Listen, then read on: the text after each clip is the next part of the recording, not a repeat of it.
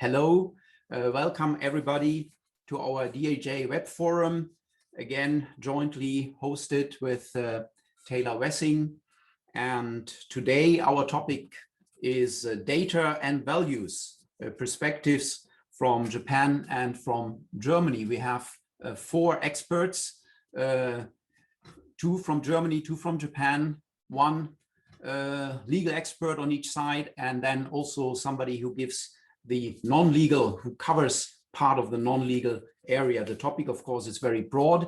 We're not going to talk about the technical details about data and information, but we are talking more about the legal and social, political, and maybe also research related issues.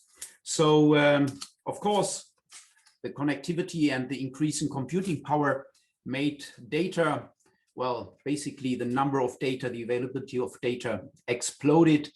And there are many use cases. Of course, the more we know, the better we can solve problems in all kinds of areas, be it business or research, policy making, health, finance, convenience will increase. So lots of use cases, and Germany and Japan have their vision society 5.0 in Japan and industry 4.0 in Germany. These are data-driven visions. There's a lot to say about this, but there are also, of course, risks associated. They're not only the opportunities that the data offer, but also the risks, and that's where the legal side comes in. The legal side is needed to promote the use of data, but also maybe to constrain the use where it's sort of infringing with the rights of citizens or individuals, where privacy is concerned and security. So how to balance this? And Japan and Germany are in a similar condition. We have a strong industrial base. On the one hand, we are not, unfortunately, not the host countries of the big platform companies. We depend on the platform companies who are at the moment collecting these data. And the big question is, who is not only collecting and storing and trading and analyzing data, but who should own data and who should be able to access data in what way? So a lot of things to talk about. I'm very happy that we have the experts here from Germany and Japan, and we'll start right away.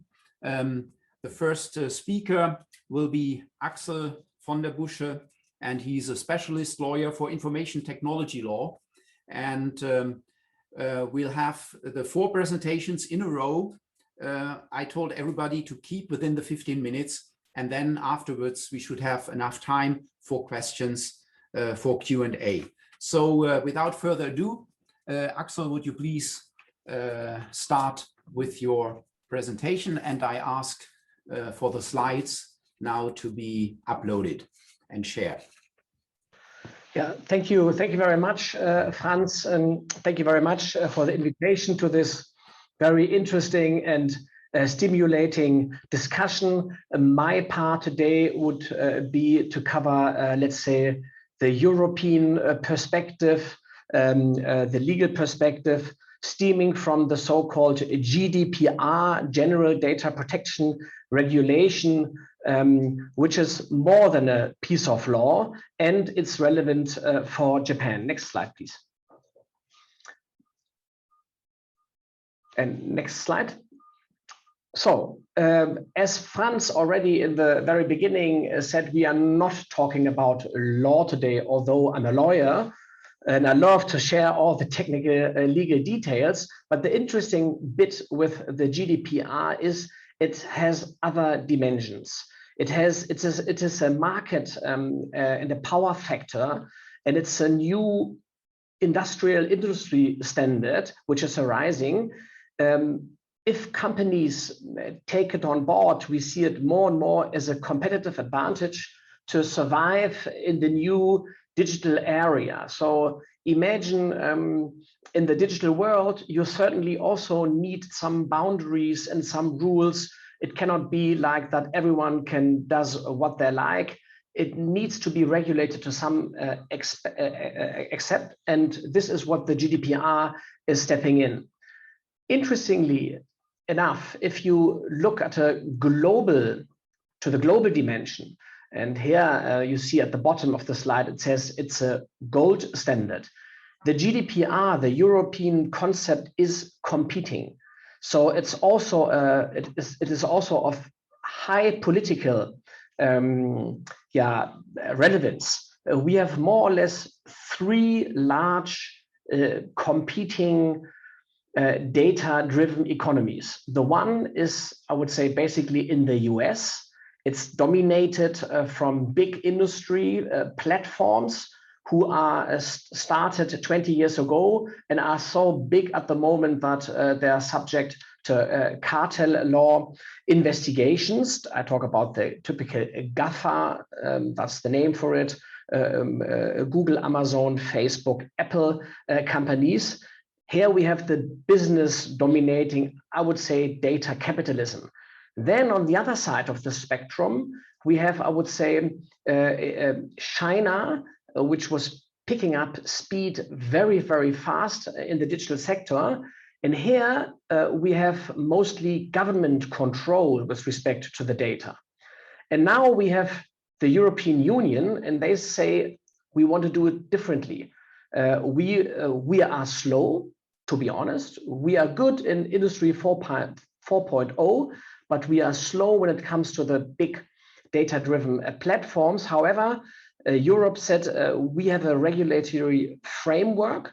This is the GDPR. This is our data protection law, which actually goes back into the 70s of the last century. So it's not a new concept. It's a rather established concept, but it was widely ignored by the industry and by the government. It was only when the GDPR as a unified European law directly applicable in all European member states, when the GDPR came into force, it really took off and was able somehow to compete with this US on the one hand and China model on the other hand. And in order to compete, the GDPR is, I would say, aggressively exterritorial. It's not only a concept for Europe, but it basically says whoever wants to do trade with Europe and you exchange data, you have to take care and you have to follow the GDPR rules. So metaphorically spoken, when EU data leaves the EU into third countries, the GDPR is sitting on that data and travels outside and says whoever wants to deal with that European data outside of Europe needs to consider European law, which is quite a, I would say, rather comparatively aggressive approach with respect to export of law. Next slides, please.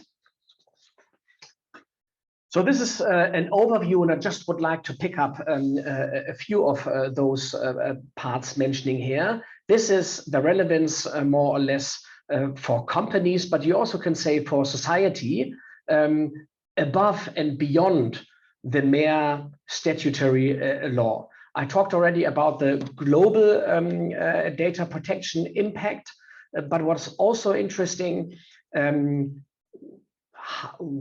the implementation of the GDPR and the driver. It is not only very high fines from the authority, which make business picking up the GDPR because they are afraid of these high fines. It is also the consumer and the employee. So the data owner, the data subject is somehow the real driver of that law, because this law gives a lot of rights to the data subject access rights, data portability, there are a deletion, the right to delete the data, and it's the consumer and the employee in particular who are more and more using these rights. And I can say that the GDPR is a huge whistleblowing machine because it's so easy. If you have a complaint, you rather send an email to one of the data protection authorities in Europe, and you say, wow, this company or even this authority is not taking care of my data. And then the authorities need to take action. And most of the cases we have here on our table, if we ask for a copy of the file, we find out they are triggered by consumer and or employee request to the authority. So it has a huge whistleblowing dimension. And the last general point here I would like to address, this is what says above all, preservation of competitiveness. What we see today is ignoring the GDPR, like putting the head in the sand and hoping it will go together, it will go away. It's a kind of it's a recent fashion and it will be outdated very soon. I can say that would be a very, very bad advice. To the contrary, it only starts yet. So those who hope it will be over, I can say definitely not. We see lots of activities from data protection authorities, but also from competitors, kind of enforcing that law by day-to-day practice. So if you would like to keep your competitiveness now addressed to businesses, but also for institutions, authorities, you need to take this on board. Otherwise, you will be outdated. It's like a little bit like when we moved from horseback riding to automobiles. In the beginning, everyone said the automobile is just a stupid fashion, and we keep the horse, but then everyone knows what's happening. We have the same here. Next slide, please. What does it mean for the implementation here? I would like to stress, let's say, one practical point. Please regard GDPR if you want to implement that law, and the same applies actually to Japanese data protection law. This is not a one-off project, like I have an issue and now I implement this into my institution or company. This is a process. It's also change of mindset, and it's not something what you just like you press a button and then it's there. So you need a structure, you need a process, you need responsible people, and on top of all, it is a top management. It's a top management duty to do that. So it's nothing what you can delegate to the ground and say, well, the IT folks should take care of data protection. Why is this so? Data and data protection is not an element of, let's say, it's not a technical IT element. The GDPR concept goes back to protection of basic human rights. So the whole GDPR is based on our fundamental human rights, the right of privacy. And in order to protect this, the GDPR was established. So it's not, let's say, a techie topic. It's also of highly relevance in a political and in a society sense. And another, let's say, snapshot I would like to address your attention to.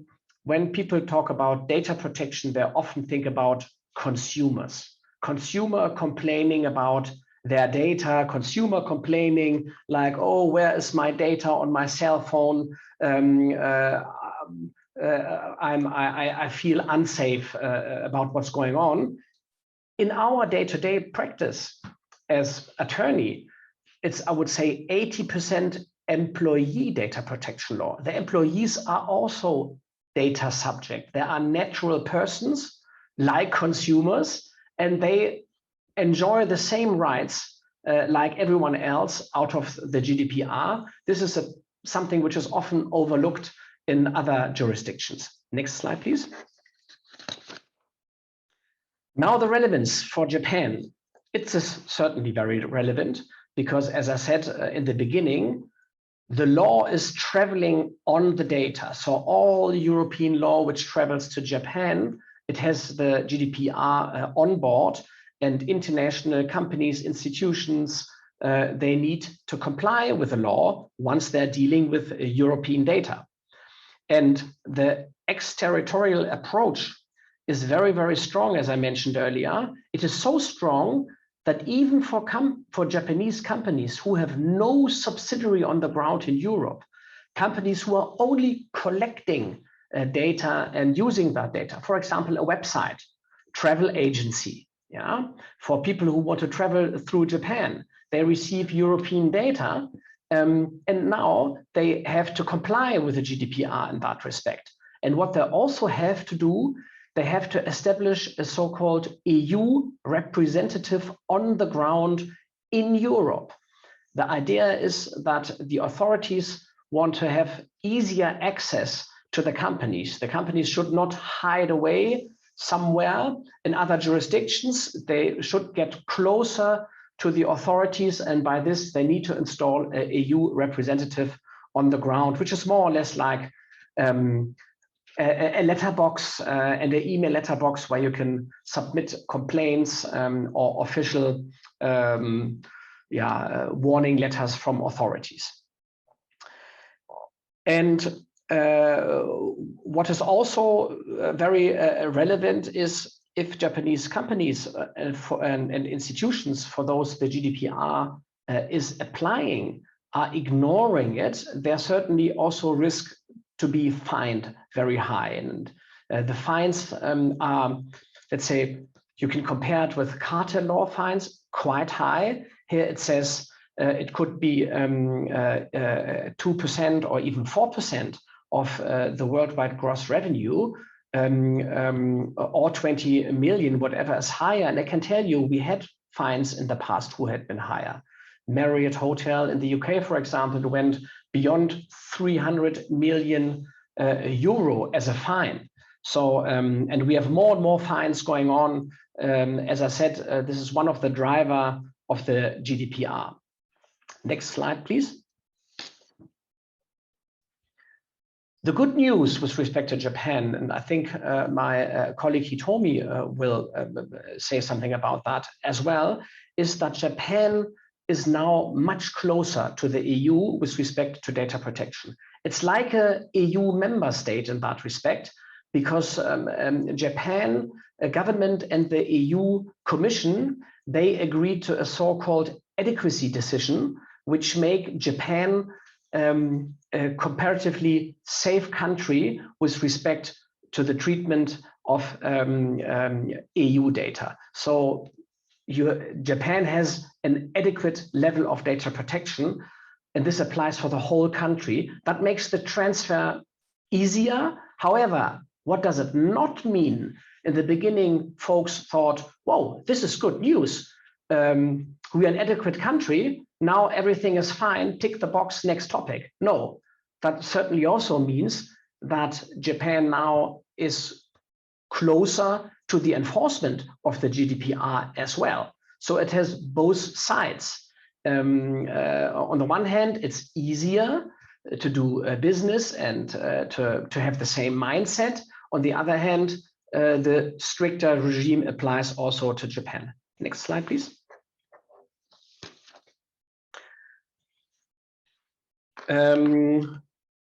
Then, Franz, how much more time do I have? 1 minute. So, next slide, please. Just that you heard that. Schrems 2, and next slide. New standard contractual clauses.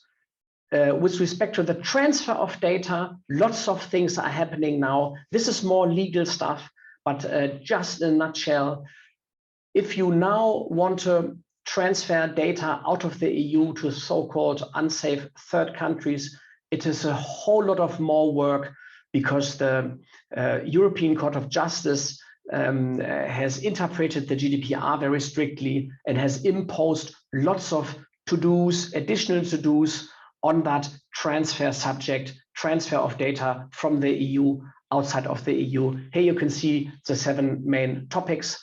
And now, thank you very much for your interest in that topic, and I hand back to Franz. Thank you.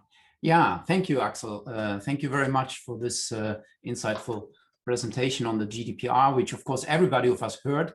I think we all clicking a lot of buttons without realizing what's behind. But I think for companies, it's even more important to know what's behind than maybe for the user. So thank you very much. Now we continue with the German perspective, and I'd like to ask Stefan Heumann. He's a political scientist, and he's working with the Stiftung Neue Verantwortung, which he actually also founded. And yeah, he will give us some insights about the sort of more social and political issues related to data in Germany. Stefan, please. And I ask for the slides to be shared now. Thank you. Thank you, Franz, for the invitation and the opportunity to speak here. And good morning from Berlin. I work for Stiftung Neue Verantwortung. You can just say SNV. We are a think tank based here in Berlin with a team of 25 people working at the intersection of technology and public policy. And I would like to talk a little bit more broadly about Germany's data strategy, or the challenges that Germany faces when it wants to make more use of the opportunities of data. And I think that the German approach is caught between three pillars that I will introduce. One Axel just talked about, that is data protection.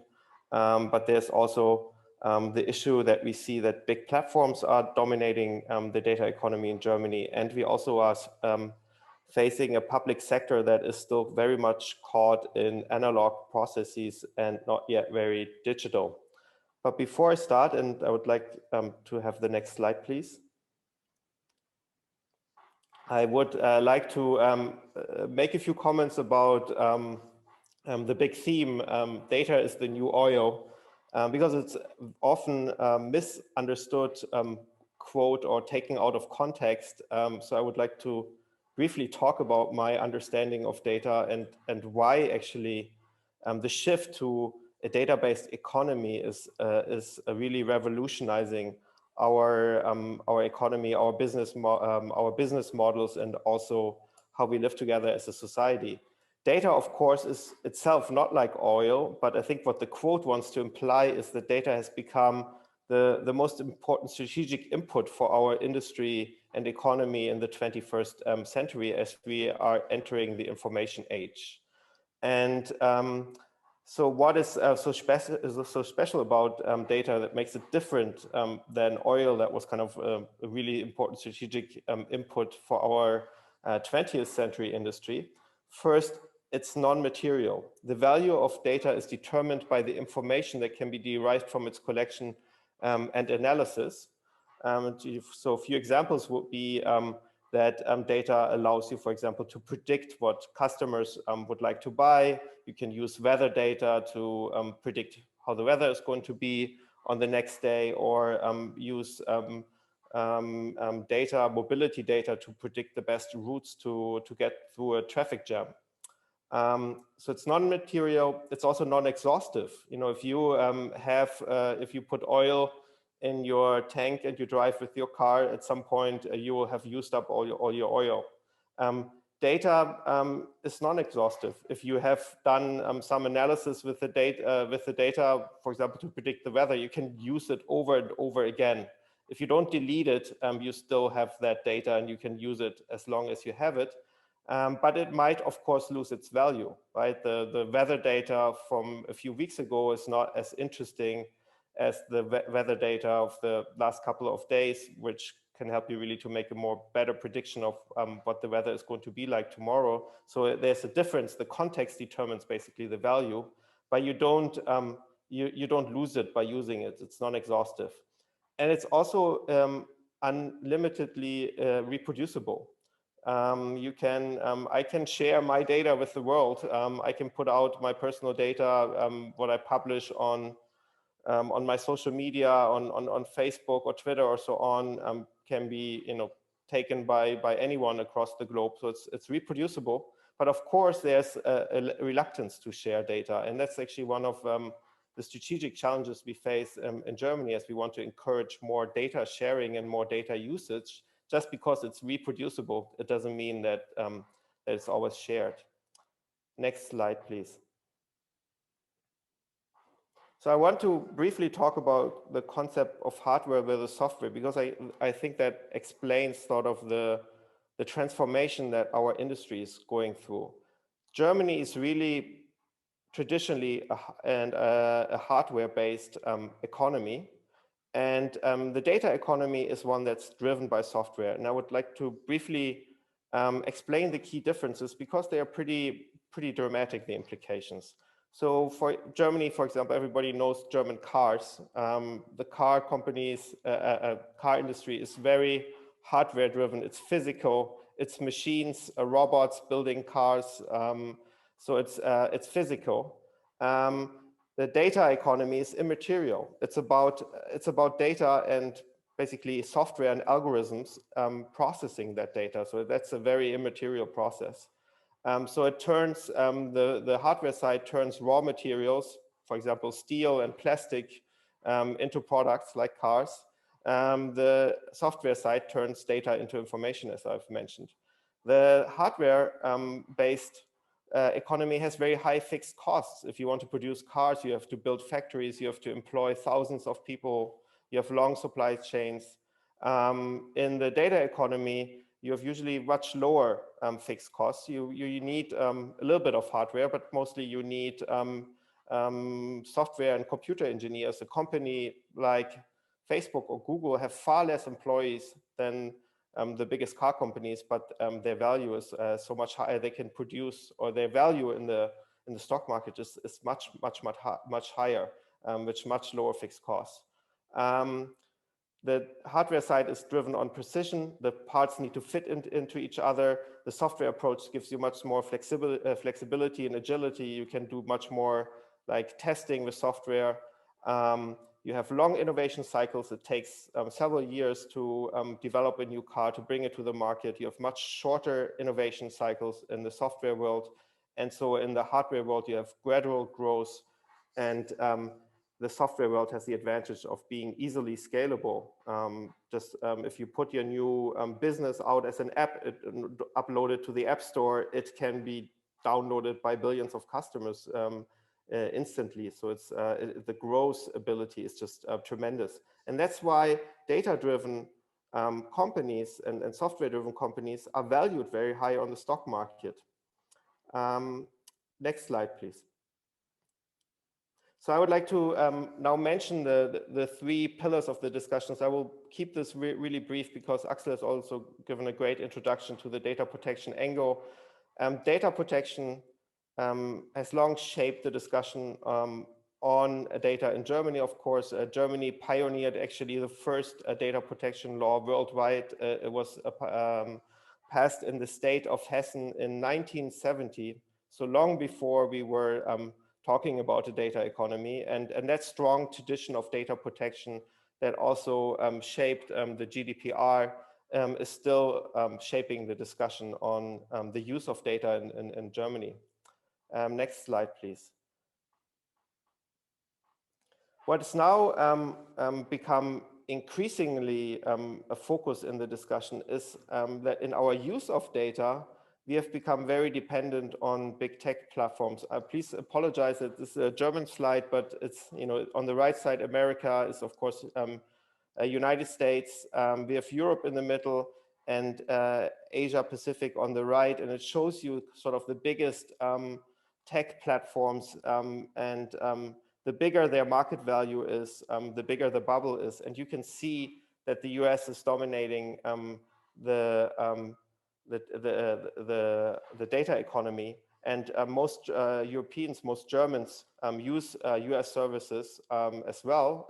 The only big successful platform out of Europe currently is SAP, and then you see that Asia is also pretty strong.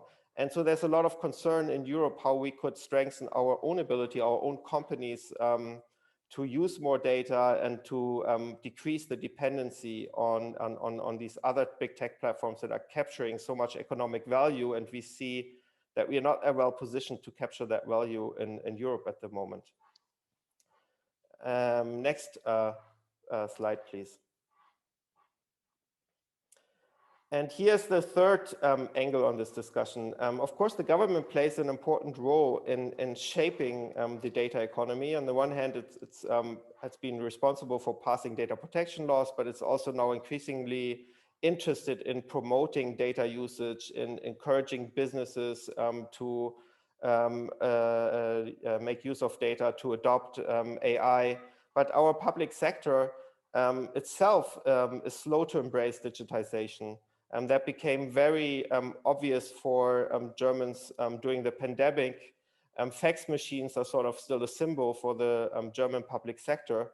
Our local health authorities used fax machines to transmit the data of COVID cases to the national health authorities. And we are still struggling to digitize our own public sector. We have adopted an open data laws and open data strategies, but as long as our public sector is not more innovative in itself and much more digitized itself, we are struggling to really realize the potential of open data and of encouraging more data usage across society and also in the business sector. And so next slide, I would like to conclude with the challenges, the strategic challenges for Germany. And I think it would be interesting for the discussion to see how similar they or different they are from challenges that Japan is facing. Data is driving innovation in new business models. And I've talked about the software driven world and how everybody knows how the big tech platforms, how valuable they have become with data driven business models. But we see in Germany still limited competency in software development and data exploitation to generate valuable information in new business models, just in comparison to leading innovation places like Silicon Valley. We have German small and medium-sized enterprises lack the critical mass to build their own digital infrastructure. So we see even in Germany that the big companies like Deutsche Bank, which works together with Google, or Volkswagen, which works together with Microsoft, don't develop their own digital infrastructure, but for example, for using cloud services, work closely with big tech companies from the US usually. There are still high barriers for cooperation. Data sharing has become a focus of the German government. They've started an initiative called Gaia X, which is supposed to encourage more data sharing across the German industry and economy. But now but there's a paradox here. We have told also all the companies now that their data, that they're supposed to share more data, but that their data is a very strategic asset, which makes them, of course, very reluctant to share it potentially with other partners and competitors. And then, as I've mentioned, we have questions around the public sector's ability to induce and promote data-driven innovations, as the public sector itself needs modernization and needs to embrace tech much more. I would like to leave it at that, and looking forward to the discussion and also learning more about the conversation around data in Japan. Thank you very much. Yeah, Axel. Stefan, thanks a lot. And I think when I listen to your talk, especially about the big platform companies, it looks like Europe is somehow a colony in the data economy. But that's an issue probably to talk about. And Japan is in a little similar situation, at least what maybe the slow implementation of digitalization of the government sector or the public sector is concerned. So now we move to the Japan side, and we start again with more the legal perspective. And I'd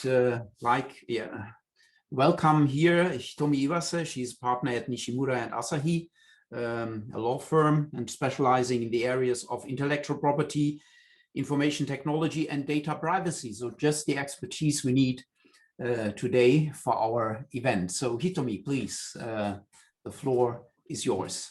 And the slides, please. Okay, thank you, Franz. It's a great honor for me to be a part of today's discussion. So as Franz introduced, I'm a Japanese attorney, Bengoshi, and I handle a variety of data protection matters. The number of data-related matters has dramatically increased this decade. It was in 2005. Sorry, go on to the next slide, please. So this is my introduction. So it was in 2005 when I returned from studying in the States. The privacy law of Japan, which is called Act on the Protection of Personal Information, entered into full force. And I started handling data-related matters. So unlike in Germany, the history of data protection law is not very long in Japan. And at that time, the data-related matters were, compared to today, of course, very small and I would say very straightforward. So, however, after 10 years, more than 10 years, due to the technological development, innovations, and change in life or the society, including those caused by this pandemic, the privacy or the personal data is very, very important for many companies and also the government also, and also for us, the individual.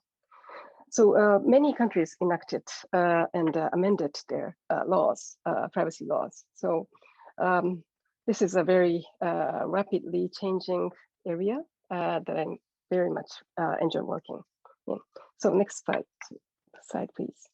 So I just would like to mention that this is my firm, Nishimura Asahi, and the one thing with regard to Germany, we opened 2 offices recently last year. Yeah, one is in Frankfurt and the other is in Düsseldorf. They are very small, but stationed both German and Japanese lawyers and ready for providing services. Okay, so the next slide, please. So I'd like to provide a very brief overview of Japan's privacy law, the APPI, the Act on the Protection of Personal Information. So I usually, speak about the very practical things in the seminars, but I think today's seminar is a little bit different from the normal seminar. So I'm not going to dig into details too much. So, but I would like to highlight some of the differences between the GDPR and APPI. So APPI is the key piece of legislation governing personal information in Japan. And the purpose, it is the same. I mean that it's a privacy law, so the purpose is the same, that to protect personal data and privacy. So it is somewhat similar to other privacy laws in other jurisdictions, but it has also differences. So when compared with the GDPR, for example, there are a number of differences, including the terms or the concept of the enforcement. So,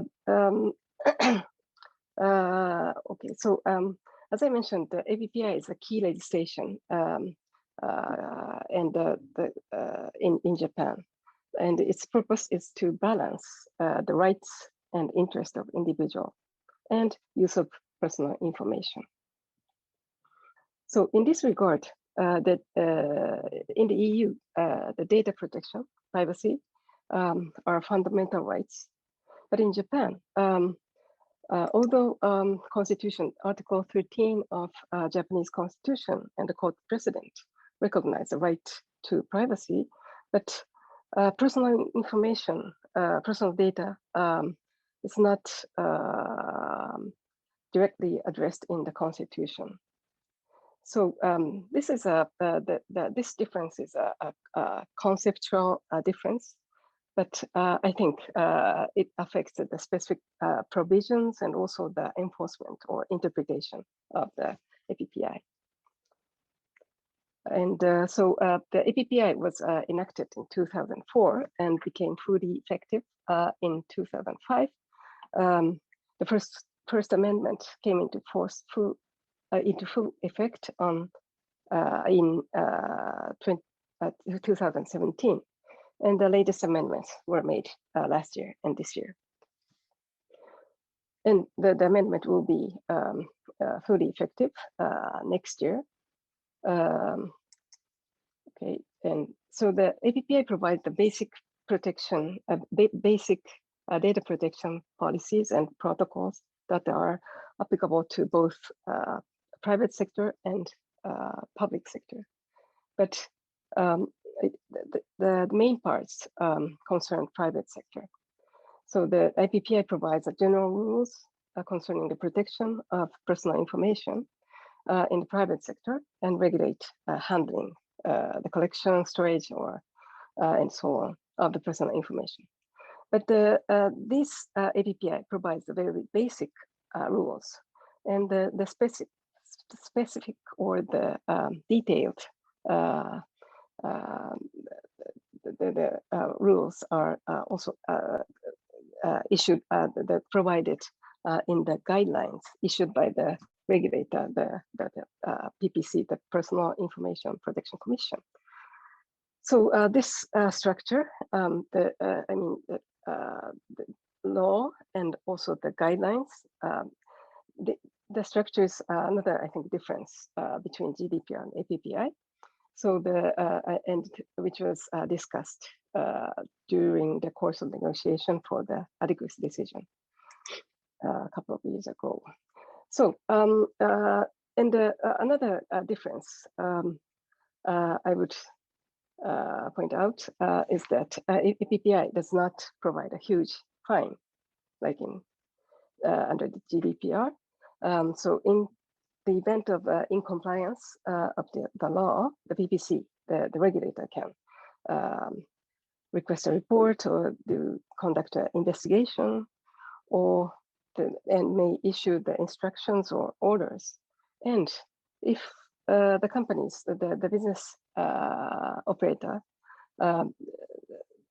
is not in does not comply with the order or the instruction, then it may be liable.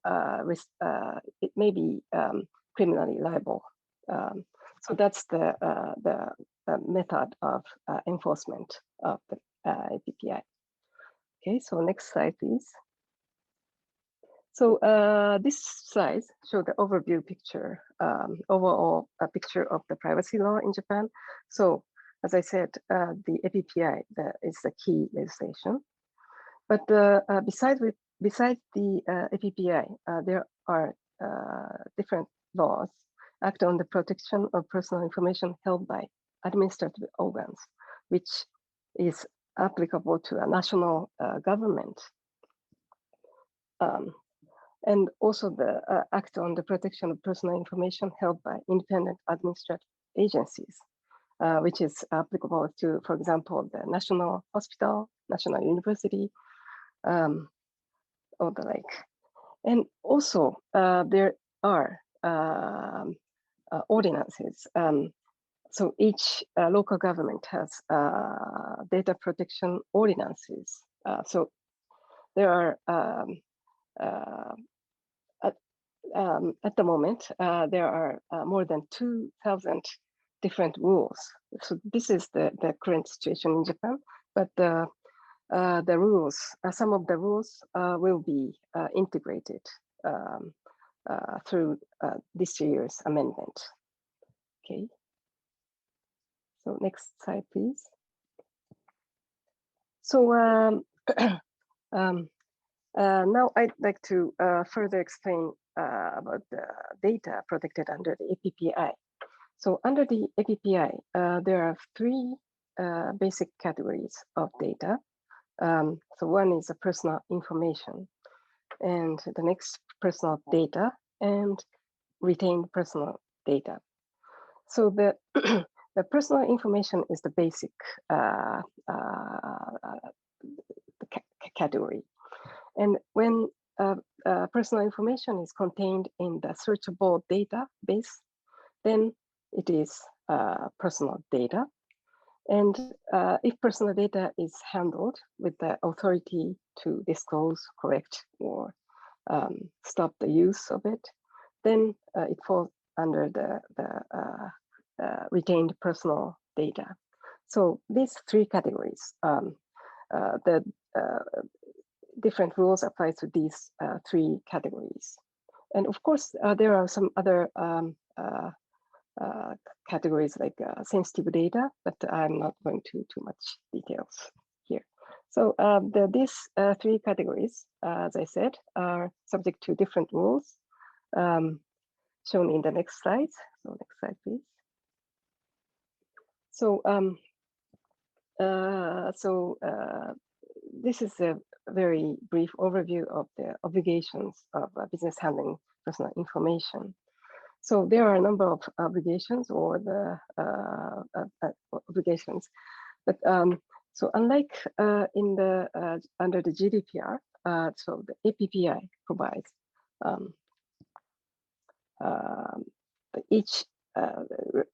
the rules regarding each activity, like collection, management, and provision to others, and data subject right, and so on. So okay, so just to note that this obligation written in blue are the ones that are introduced last year's by last year's amendment. Okay. So okay. Okay, next slide, please. So so I'd like to explain a little bit about the rules regarding cross-border data transfer. And the general rule. So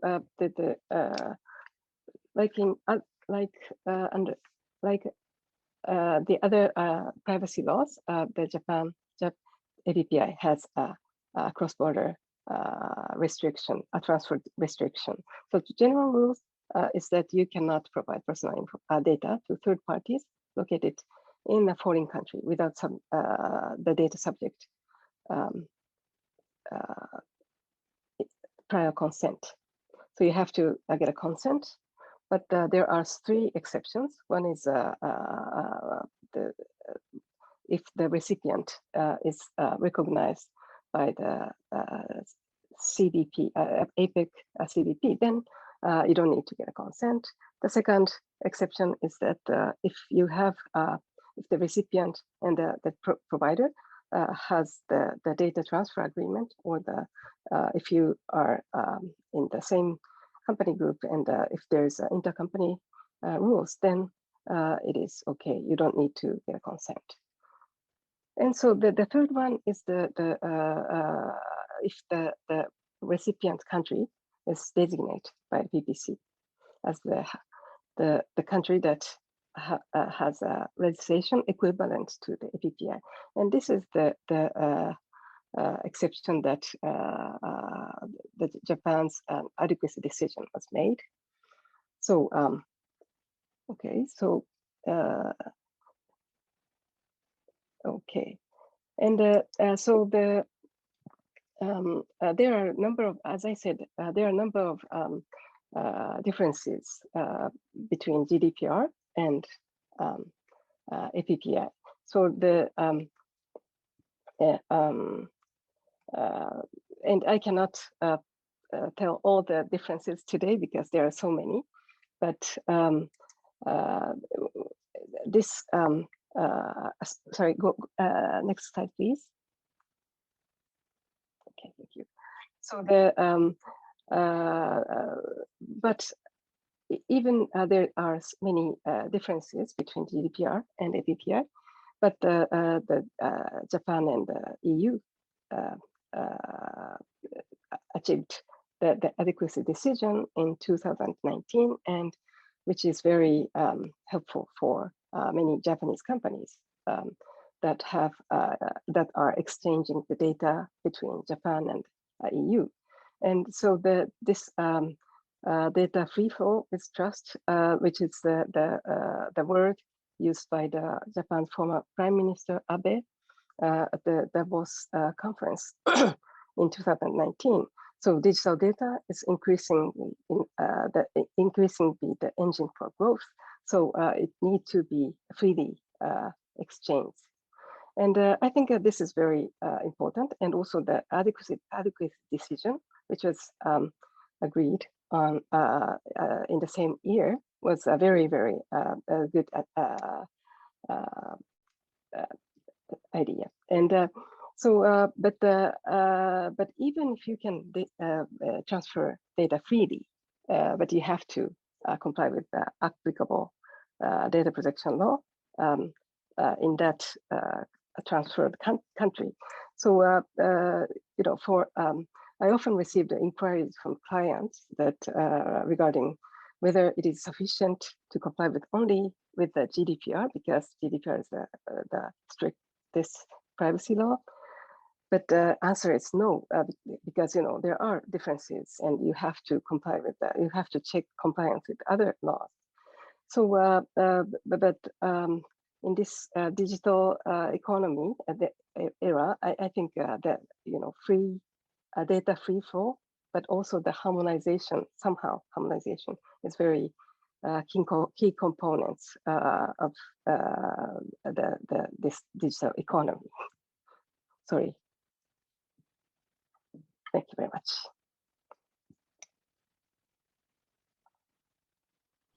Thank you, Hitomi. Thank you for this insight into the Japan regulation. I think everybody thinks that GDPR is there now, and if every country just follows GDPR, what is the role of the national legislation? But you made it clear that Japan has its own rules, and there are some important differences to look out for.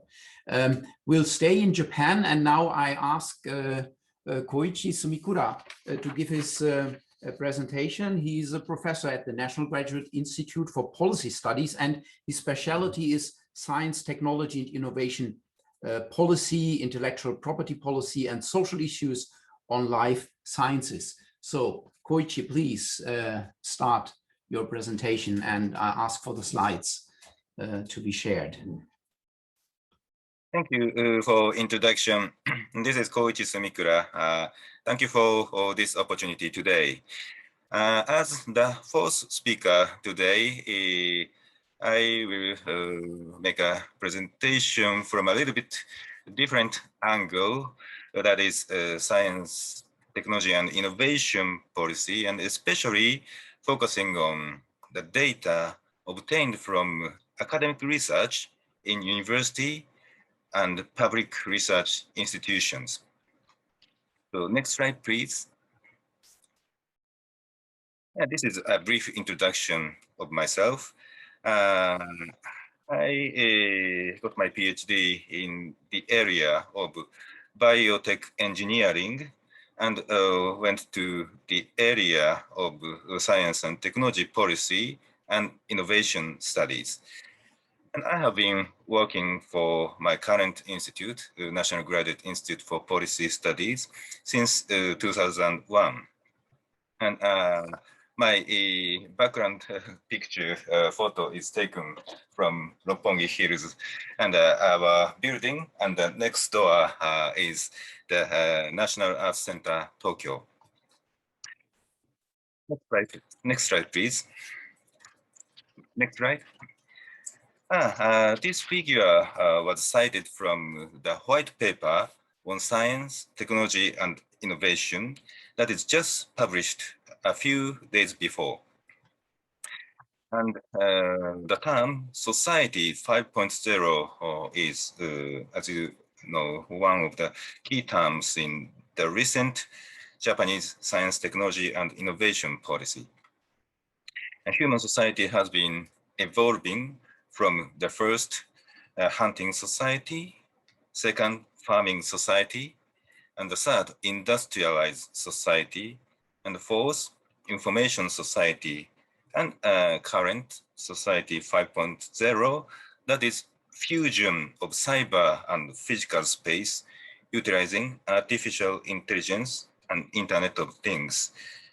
Of course, we have learned a lot from the concept of Industry 4.0 in Germany. data is an essential factor in this society 5.0 as collection of data, analysis of it, and utilization of the created knowledge driving forces to move this society. Next slide, please.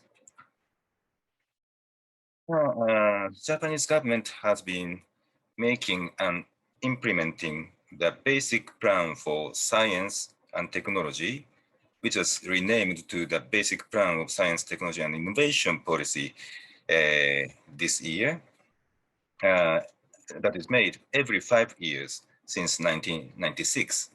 And the Society 5.0 was first proposed and introduced in the 5th Basic Plan, and that started in year 2016.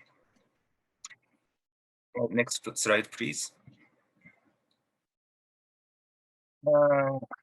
As an example of collection of data, analyzing it, and utilization of the resulted knowledge is human genomic data. In the activity of Biobank Japan, that is mainly operated by Institute of Medical Science of University of Tokyo, RIKEN, more than 200,000 patients were recruited, and their genomic data and medical records were collected and accumulated in database. And in Tohoku, Tohoku Medical Megabank Organization is also operating now. These biobanks are infrastructure of research to facilitate personalized medicine. However, there are several issues to take care of. The possibility of incidental findings, especially that of finding genetic evidence of suffering from incurable diseases in future, should be included in the informed consent and be informed if actually found. And of course, personal genomic and medical information should be properly protected, and procedure of anonymization of data is required. Next slide, please. Data sharing is very important in this data-driven society. It contributes to the promotion of R&D and creation of knowledge. And if data is shared instead of kept secret, defects in data are found at early stage that contributes to improvement of data quality. On the other hand, in most of the cases, data is not shared smoothly. Competition among researchers for funding, human resources, and scientific resources makes it difficult to share data. In the basic mindset of researchers, they want to exclusively use the data they obtained. Some of them don't want to share data they obtained to escape from the possibility to be pointed out data defects, probably. And in private companies, most of the data are treated as trade secret, not to be shared. That is natural. Next slide, please.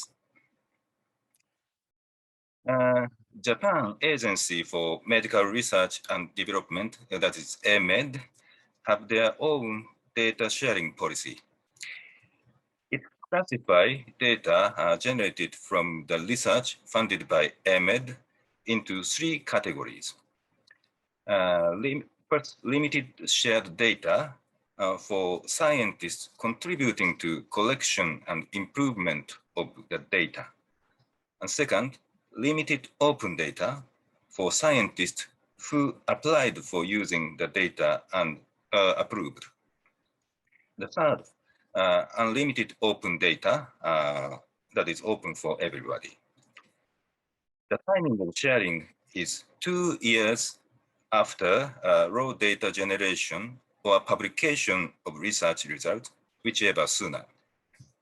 That is, the scientists who collected data and constructed dataset have the privilege to use it solely during the first 2 years without sharing it with others. It constitutes incentive to construction of datasets. Next slide, please. This is a scheme or figure of national innovation system. Academic researchers are seeking for publication of academic papers, and private companies are seeking for innovation to make profit.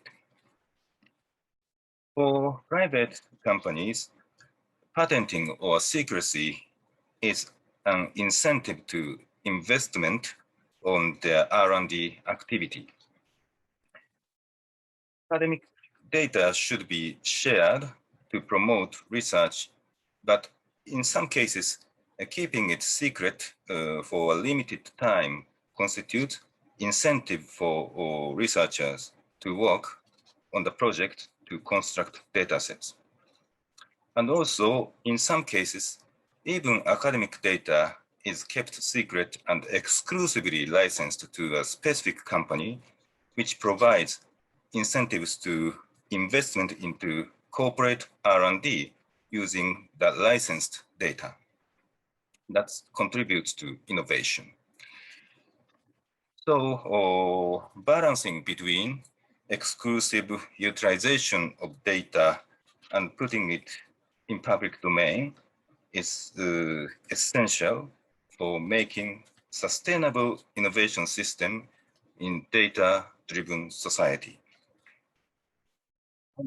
As a tips for discussion later, I want to ask raise a question.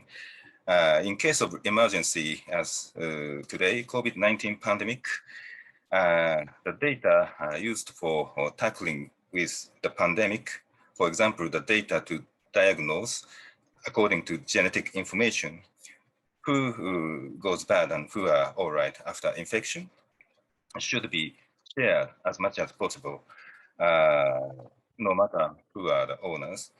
Of course, along with assuring profit and incentive to investment in private sector. I want to ask opinion of other panelists if we have time. Next slide, please. As for the Act on Protection of Personal Information in Japan, it was already explained by Hitomi. I just want to add a little bit about current situation and future prospect of application of adequacy decision to academic research in Japan. At this moment, Japanese national laws for protection of personal information are, as Hitomi explained, divided into many rules, and there are 3 laws covering it. And the first one covers private universities, and the second one covers national research institutions, and the third one covers national university corporation and national research and development corporations. And the adequacy decision regarding Japan under the GDPR was limited to the scope of the first one, Act on the Protection on Personal Information. Therefore, national university corporations and national research and development corporations are excluded out of the scope of. Furthermore, while private universities are subject to the first act, they are exempted of the obligations of personal information handling business operators specified in the Chapter 4 of the Act. So when personal data are handled for their academic research. Therefore, they are also excluded from the scope of adequacy decision under GDPR. However, next slide, please. According to the DIJ decision on May 19 this year, it is determined that the 3 laws will be integrated into the Act on Protection of Personal Information as one single law, and the supervision and execution of personal information protection will be centralized to the Personal Information Protection Commission. Therefore, after enforcement of the amended law, the Commission is responsible for protecting personal information at national university corporations and national research and development corporation also. And refinement of exemption of academic research is expected to have academic research included within the scope of adequacy decision for Japan and GDPR. So that's all. Thank you very much. Next slide is just a picture.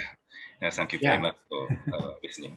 Thank you. Thank you very much. And now I see that there are some issues that Japan and Germany definitely share. And it's very interesting to bring in this academic perspective. Data, of course, in research, when we think of the data economy, we think of the platform economies, but of course, data play an important role in research, and their data protection, data sharing are equally important. So may I ask the speakers and contributors to join us, and I also welcome our senior researcher Harald Kümmerle here, who will later take questions from not the floor, from the chat room. And there are already some interesting questions, but I would like to first give the opportunity to you. I mean, listening to each other, you saw their similarities, their differences. I think one issue might be, well, data sharing, the barriers in Germany, the barriers in Japan, but then also, of course, the conflict or maybe the differences between APPI and GDPR, the different levels of fines and sanctions here. So if you have any questions to your co-speakers, co-panelists, please raise your hand. And I think Koichi already made a point, but let's collect some questions.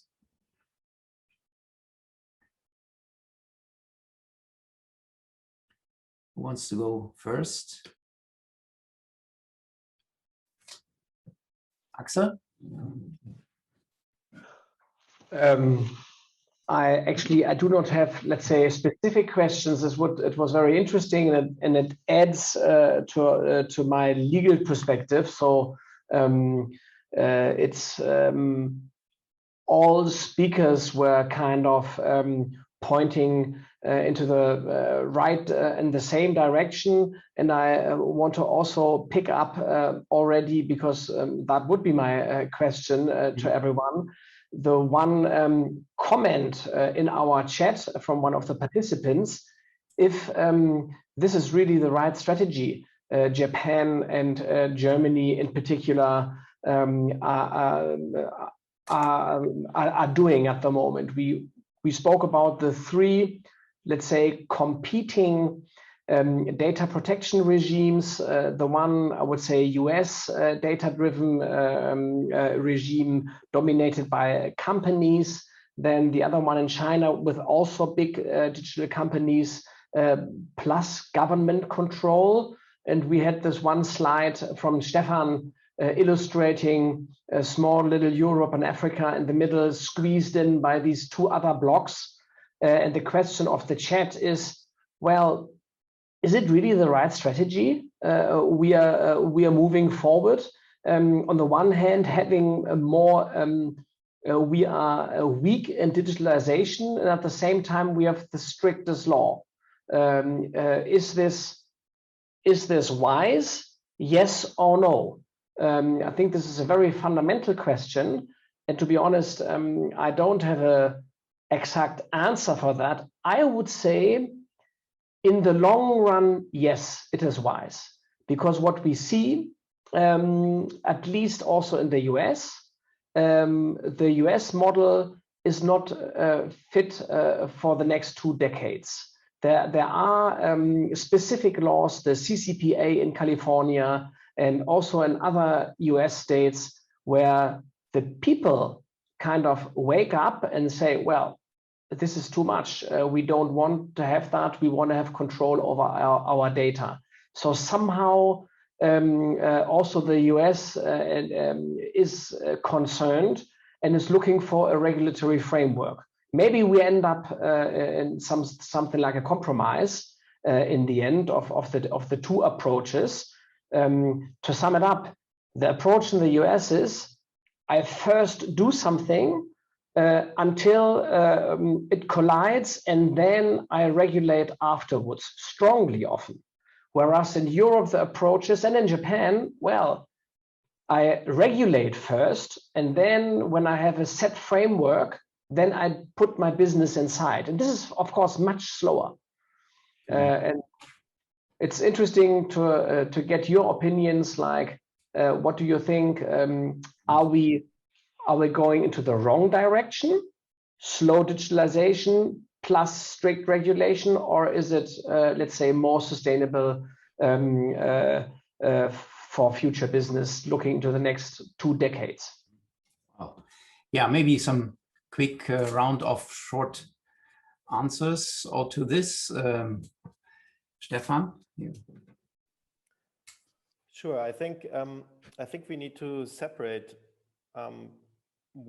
there are 2 different goals. I think the goal of data protection is to ensure privacy and to ensure a certain degree of consumer rights and control over how their data is handled. And then there's the goal, how do we have an innovative data economy? And I think what's sometimes flawed in the discussion is that I've heard from European politicians have thought that by the data protection regulation, they also create opportunities for innovation and for a strong technology sector. And I think that is a misunderstanding. Data protection, as Axel said, is ensuring fundamental rights. It's not a policy to make companies more innovative or to promote the data economy. And I think in that area, I would also argue we have focused a lot on data protection, but we have not done enough to promote the innovation side. And I think ideas that Koichi mentioned are in the discussion in Germany as well. How do we promote more access to data? I mean, there's an initiative in Germany as well for a national sort of research data strategy, and to have they actually want to have a data infrastructure for that can be used across the research community to make it easier for them to share data. There's similar discussions around mandating that if research is publicly funded, that the data is made more broadly available. So those are, I think, the attempts to bring out more innovation. There's also a discussion. I mean, the other one, I think that if we want to strengthen our own industry against in competition with the US, I mean, this is also about antitrust and competition. There's discussions about data access. If somebody has a market dominance, for example, Google in the search industry, if you want to start a search company, you would need some sort of data to help you catch up and give good results back to customers. And there's questions whether Google would have to share some data because of their market dominance in the search market with competitors and help them get into the market. But those are all policies that are not data protection policies. They're different. I think we need to complement our approach on data protection with policies that encourage innovation in the research sector, that help small companies and German or Japanese or European companies develop their business models to innovate. But those need different policies than just data protection. So I would try to separate that because it's often confused, in my opinion. Mm-hmm. So Hitomi or Koichi, do you have something to add here or comment on the balance between well, you mentioned this balance, or Hitomi as well, the balance between protecting on the one side and on the other side, enhancing innovation. That's of course a difficult part. The government has to play both, fulfill both roles in the game. May I? Yes, please. One thing. I agree with what you said, and I strongly feel that international harmonization would be very required. But I am sure in which international organization or international framework that harmonization will be discussed, or who will take leadership. So I myself is not sure. So we have to go beyond the next stage for harmonization, I think. So, okay. Yes, I think we need to open to the floor. There are some questions out there. I have something to say to what Koichi said, but perhaps Hitomi, you first as an answer. No. The question is very, very difficult one, and the innovation versus data prediction, or it's what the Japanese government or the APPI is pursuing. I mean that the amendment, last year's amendment, is all about how to utilize the data more. And also at the same time, we have to protect the privacy. So it's all balancing and this is very difficult. And just connecting this and what Koichi said, data free flow with trust that you, Hitomi, had on one of your slides. Actually, Japan has been considered that it can become an arbiter in furthering the common framework. And the data free flow with trust is, for example, an appendix to the meeting of the G7 recently in London. Like this is an ongoing harmonization process on the G7 level, also on the G20 level, where it was actually started as the Osaka track, although India, in this case, said we are not ready for the data free flow with trust. Our industry is different, and this also pertains to the GDPR. It's not likely to just say this is the gold standard, everybody else will apply it. There are many value-connected decisions to be made. This just as a background for the audience. Okay. So let's get to questions. One question to the German speakers. Japanese people frequently point out that each local government, more than 3,000, has its own order regulating personal data production. The differences among local governments are trivial, but regarded to bring about huge inefficiency in the administration, such as support to individual COVID-19 victims. How was the situation in Germany, asked by Nobuyuki Kinoshita. So Stefan, if you like, it's partly a legal question, actually.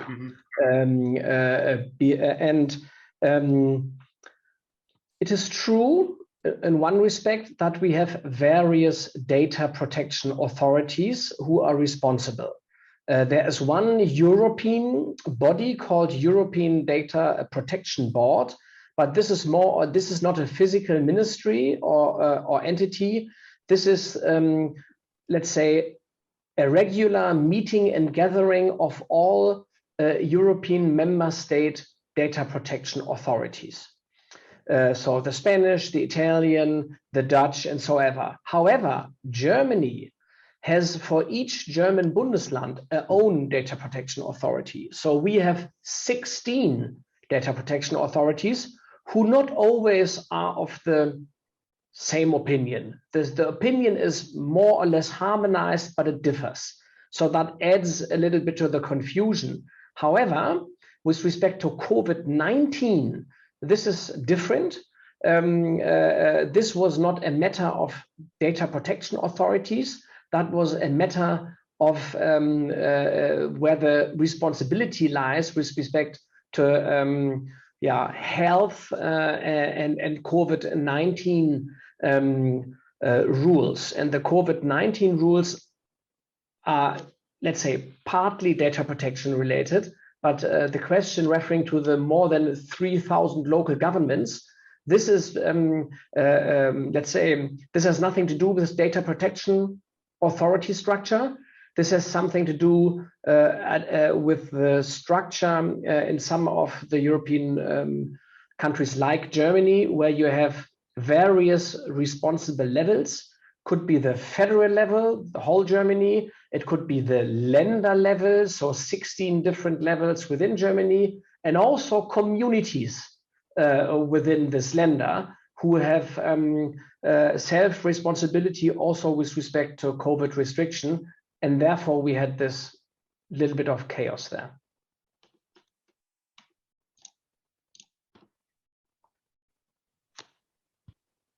Yeah, I think Axel responded well to this. I think, I mean, the point I was making in the presentation is a general one. There's a general question, I think, is Germany is a federal state, and with these different levels, very decentralized to the community level, that is such a state really that well positioned to take advantage of digital innovations. I mean, the idea, I mean, for digital innovations, or the strength of it, is that you can scale it quickly.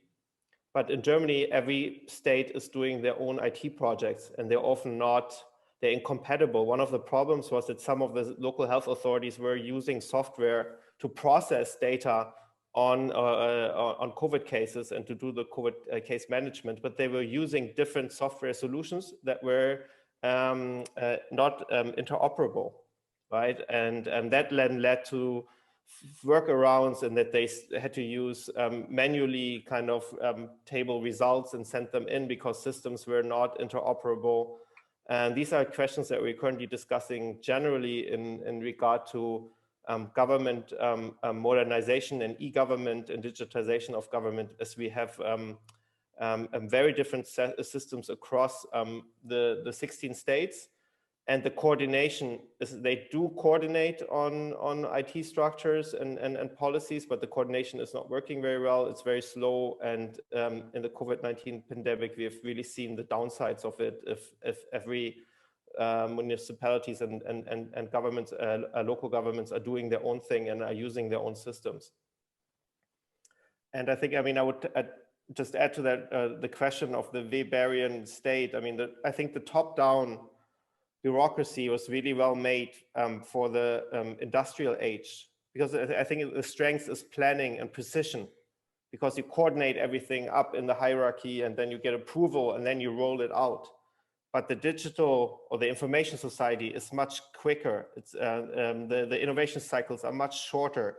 You need a much better a bureaucracy that's much more fed by bottom-up approaches, by knowledge that comes from the bottom up, and then you do experimentation and you quickly adapt and develop solutions.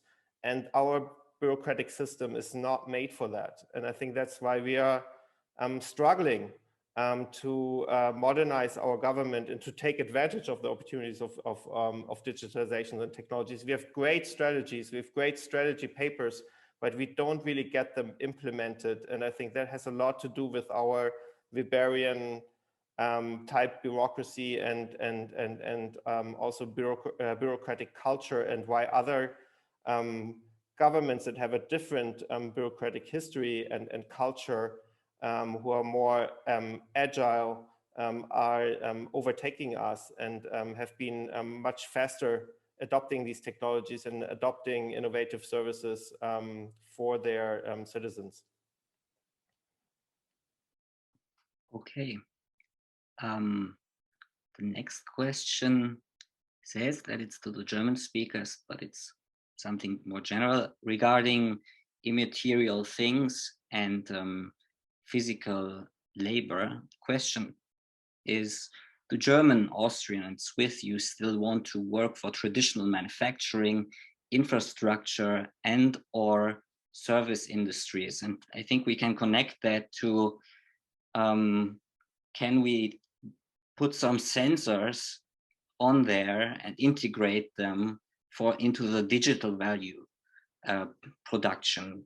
Is that, would that even remove the distinction between traditional and modern?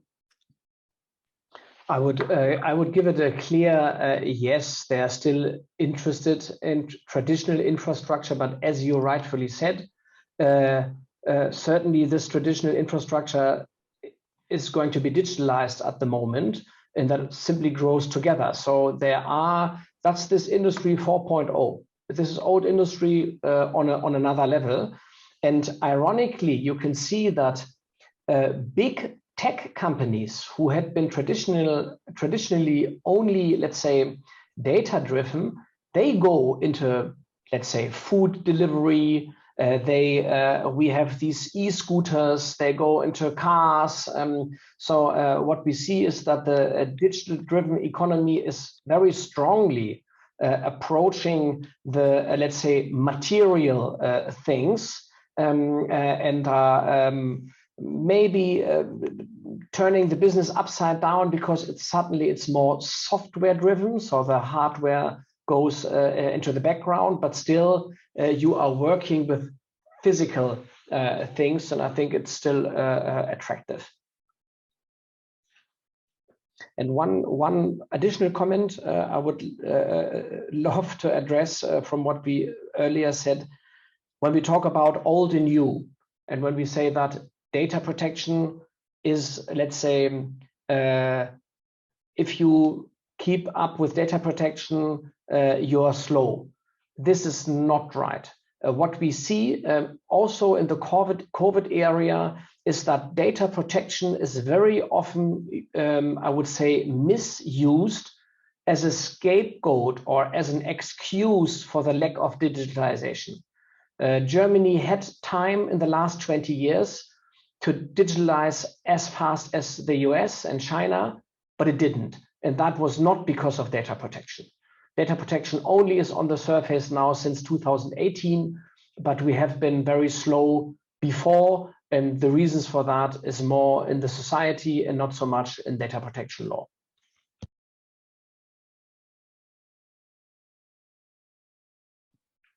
Yes, I don't see another question, but coming back to the data free flow with trust, this is a much more positive wording.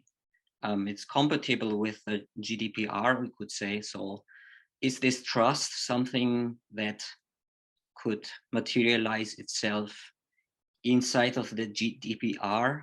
Is there something to like a bit more positive a vision coming from Japan?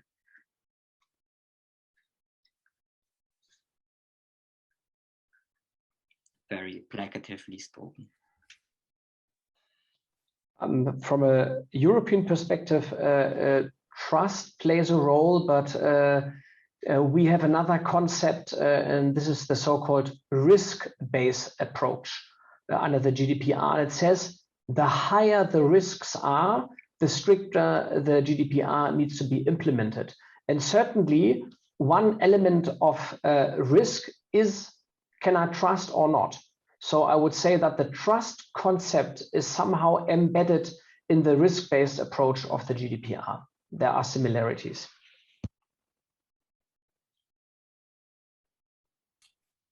Yeah, I think we are approaching the end. Maybe some last words or comments from the Japanese side. Especially, I mean, listening to the discussion about the slowness of the bureaucracy or the administration, public administration.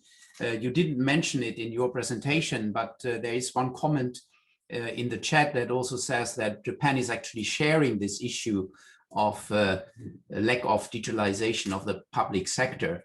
Maybe Koichi and Hitomi, maybe you can say something on that, on this comment on the situation in Japan, e-government or digitalization of the public sector. Yeah, Japanese government. I understand that the Japanese government are trying to transfer into e-government and moving toward that line, and also